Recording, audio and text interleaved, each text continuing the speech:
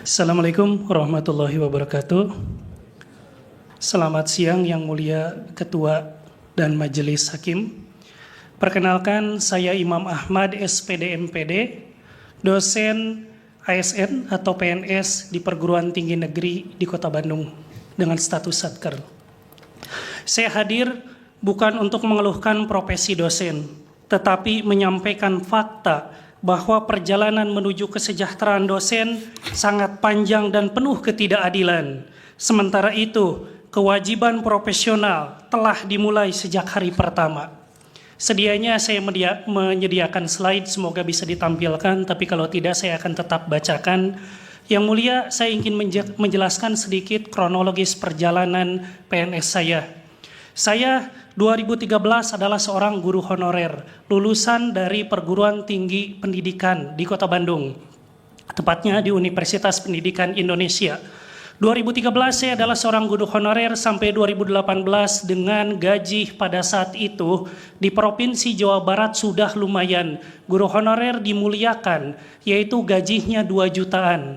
Selanjutnya saya pun memiliki keinginan untuk melanjutkan pendidikan S2 karena saya punya cita-cita ingin menjadi dosen. Saya lulusan kampus pendidikan, saya dididik untuk menjadi guru atau dosen dengan tujuan untuk mencerdaskan kehidupan bangsa. Saya pun berhendak S2 menyisihkan gaji honorer saya yang 2 juta itu. Saya S2, selanjutnya 2017 saya lulus. Dan 2018 saya belajar mati-matian untuk lulus PNS karena tes PNS itu sulit dan saingannya cukup banyak.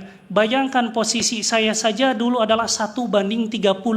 Artinya saya harus mengalahkan 30 rekan saya lainnya baik yang S2 atau S3.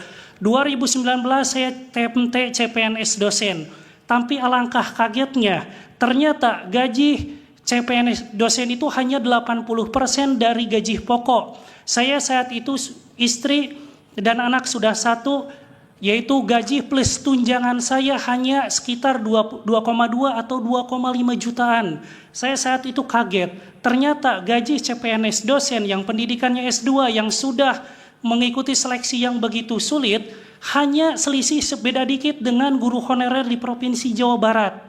Nah selanjutnya 2020 saya pun 100% PNS menjadi naik sedikit 2,8 sampai 3 juta. Itu gaji plus tunjangan. Di dalamnya ada tunjangan fungsional.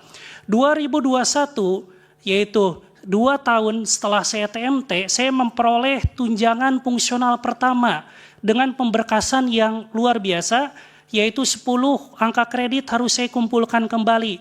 Dan ternyata saya sabari meningkatnya ternyata tidak terlalu tajam karena hanya bertambah 375.000. Yang mulia, saya tinggal di Kota Bandung. S2 itu sudah punya istri, rata-rata sudah mau menikah dan sudah punya anak. Tapi saya PNS hanya gaji 3,3, itu sudah gaji plus tunjangan, bukan hanya gaji pokok. Di sisi lain saya harus bayar kontrakan yang layak bagi kita seorang dosen yang bisa mahasiswa datang ke rumah kita untuk bimbingan. Saya bayar 25 juta per bulan rumah kontrakan, artinya 2 juta sekian. Dan selain itu ada biaya hidup anak, biaya hidup istri yang itu sangat jauh dari gaji dan kebutuhan saya. Terjadi kesenjangan. Boleh dilanjut? Nah, terjadi kesenjangan. Sehingga kesenjangan ini apa? Saya dan rekan-rekan saya akhirnya bekerja sambilan. Saya di Car Free Day berjualan dengan istri saya, berjualan bubur bayi, berjualan baju anak. Saya beli online, saya jual lagi offline demi menghidupi saya. Saya tidak malu sebagai dosen tetap berjualan. Rekan saya, Teddy, dosen di Politeknik Negeri Bandung, dia selesai ngajar, dia ngojol. Rekan saya lagi ada di Kalimantan, dia selain menjadi dosen, dia pun tetap menjadi kuli bangunan Bapak Ibu. Dan kemarin sudah kita sampaikan di DPD dengan gaji seperti itu. Selain itu dosen banyak yang bekerja mengajar di banyak tempat. Ke 4 kampus, ke 5 kampus. Saya pernah Bapak Ibu Pagi saya ngajar, siang saya harus ngajar lagi, mencari tambahan, sore saya harus ngajar lagi. Di Bandung dengan panas-panasan, saya pergi ke kamar mandi, cuci muka, mandi untuk mengajar kembali di kampus yang berbeda. Demi untuk mencukupi kebutuhan dasar saya. Selain itu ada yang berjualan, travel online dan marketing perumahan. Segala dilakukan demi mencukupi kebutuhan dasar. Karena saat itu kami tidak mendapatkan tunjangan kinerja dikecualikan dan sertifikasi dosen pun bisa didapatkan paling cepat 5 tahun. Boleh dilanjutkan? Muncul petisi dari rekan-rekan kami. 2024 muncul hashtag jangan jadi dosen. 2025 dan 2026 karena dibahas bahwa gaji dosen itu sangat kecil, tidak sebanding dengan hal yang harus dilakukan, tridharma yang harus dilakukan. Bisa kita lihat data di slide selanjutnya bahwa misalnya ada salah satu berita 714 dosen CPNS, artinya dia sudah lulus, tidak melakukan pemberkasan, mengundurkan diri. Nah, pemerintah memberikan alasan yaitu yang atas, yaitu karena penempatannya jauh di Makassar, tapi pemerintah abai, tidak memberikan keterangan yang sesuai dengan konteks. Kenapa dia menolak, tidak mau untuk melakukan pemberkasan, padahal di kolom yang kedua kuncinya, yaitu Arsad merasa gaji CPNS dosen masih sangat minim, cuma 2-3 jutaan. Bayangkan, kita diterima di luar daerah, gaji 2-3 jutaan, tapi Bapak Ibu ada yang di DPR, ada yang di pemerintah menganggap bahwa itu layak. Semoga memang itu tidak terjadi kepada anak-anak Bapak Ibu. Kalau kita lihat dengan hati kita, apakah itu layak untuk dosen yang sudah S2, yang sudah beristri, yang sudah punya anak?